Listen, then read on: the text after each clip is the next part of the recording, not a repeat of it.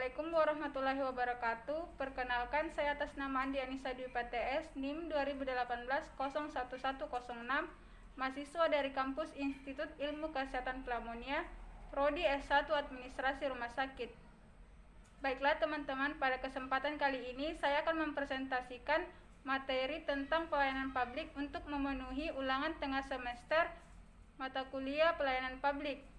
Baiklah, untuk mengefisienkan waktu, saya akan memulai materinya. Baiklah, untuk materi pertama yaitu apa itu pelayanan publik. Menurut Undang-Undang Nomor 25 Tahun 2009 tentang pelayanan publik, yaitu pelayanan publik adalah kegiatan atau rangkaian kegiatan dalam rangka pemenuhan kebutuhan pelayanan sesuai dengan peraturan perundang-undangan bagi setiap warga negara dan penduduk, barang, jasa, atau pelayanan administratif yang disediakan oleh penyelenggara pelayanan publik. Baiklah, untuk materi selanjutnya yaitu dasar hukum pelayanan publik. Yang pertama, Undang-Undang Nomor 25 Tahun 2009 tentang pelayanan publik. Yang kedua, Peraturan Pemerintah Nomor 96 Tahun 2012 tentang pelaksanaan Undang-Undang Nomor 25 Tahun 2009 tentang pelayanan publik. Yang ketiga, Peraturan Presiden Republik Indonesia Nomor 76 Tahun 2013 tentang pengelolaan pengaduan. Yang keempat, Peraturan Menteri Pendayagunaan Aparatur Negara Nomor 13 Tahun 2009 tentang metode peningkatan kualitas pelayanan publik dengan partisipasi masyarakat. Yang kelima, Peraturan Menteri Pendayagunaan Aparatur Negara dan Reformasi Birokrasi Republik Indonesia Nomor 15 Tahun 2014 tentang pedoman standar pelayanan. Baiklah, materi selanjutnya yaitu 3 unsur penting dalam pelayanan publik, yaitu yang pertama, organisasi penyelenggaraan pelayanan publik. Yang kedua, penerima layanan atau pelanggan, yaitu orang, masyarakat, atau organisasi yang berkepentingan. Yang ketiga, kepuasan yang diberikan atau diterima oleh penerima layanan atau pelanggan. Baiklah, materi selanjutnya yaitu jenis barang atau jasa publik, di mana barang atau jasa publik adalah barang atau jasa yang memiliki rivalitas dan ekskludabilitas yang rendah.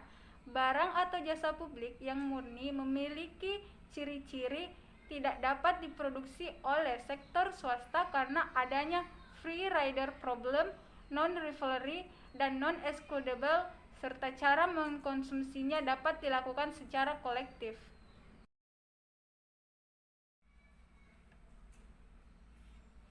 Materi selanjutnya yaitu masalah pelayanan publik. Yang pertama itu sistem pemerintah yang belum baik dan kualitas sumber daya manusia yang belum memadai, yaitu masih banyaknya keluhan dan pengaduan dari masyarakat baik secara langsung maupun melalui media massa. Yang kedua, pelayanan publik masih diwarnai oleh pelayanan yang sulit untuk diakses, prosedur yang berbelit-belit, serta biaya yang tidak jelas. Yang ketiga, ada kecenderungan ketidakadilan dalam pelayanan publik, di mana masyarakat yang kurang mampu akan sulit mendapatkan pelayanan. Yang keempat, adanya birokrasi pada pelayanan publik yang menyebabkan pelayanan tidak efektif dan efisien, sehingga sangat merugikan masyarakat sebagai konsumennya. Baiklah, materi selanjutnya yaitu 9 prinsip pelayanan publik. Yang pertama, partisipatif, yaitu di mana penyelenggaraan pelayanan publik melibatkan masyarakat dalam merencanakan, melaksanakan, dan mengevaluasi hasilnya. Yang kedua, transparan, yang berarti adanya proses bagi warga negara untuk mengetahui segala hal yang terkait dengan pelayanan publik seperti persyaratan, prosedur, biaya, dan sejenisnya, termasuk juga akses untuk mempertanyakan dan menyampaikan pengaduan. Yang ketiga, responsif, yaitu dalam mendengar dan memenuhi tuntutan kebutuhan warga negaranya. Yang keempat, tidak diskriminatif, artinya tidak membeda-bedakan warga negara atas dasar perbedaan status sosial, pandangan politik, identitas, agama, profesi, jenis kelamin, dan sejenisnya. Yang kelima, mudah dan murah. Prinsip mudah artinya persyaratan masuk akal dan mudah untuk dipenuhi. Murah dalam arti biaya yang dibutuhkan terjangkau oleh seluruh warga negara. Yang keenam, efektif dan efisien, artinya pelayanan yang baik dilakukan dengan prosedur yang sederhana, tenaga kerja yang sedikit, dan biaya yang murah. Yang ketujuh, accessible, artinya dapat dijangkau, dekat, terjangkau dengan kendaraan publik, mudah dilihat dan gampang. Yang kedelapan, accountable, artinya pelayanan publik yang dilakukan harus dapat dipertanggungjawabkan secara terbuka kepada masyarakat. Yang kesembilan, berkeadilan, artinya penyelenggaraan pelayanan publik harus dapat dijadikan sebagai alat untuk melindungi kelompok rentan dan mampu mengadilkan rasa keadilan bagi kelompok lemah. Materi selanjutnya yaitu kualitas pelayanan publik. Yang pertama, prosedur pelayanan, yaitu prosedur pelayanan yang dilakukan bagi pemberi dan penerima pelayanan termasuk pengaduan. Yang kedua, waktu penyelesaian, yaitu ditetapkan sejak saat pengajuan permohonan sampai dengan penyelesaian pelayanan termasuk pengaduan.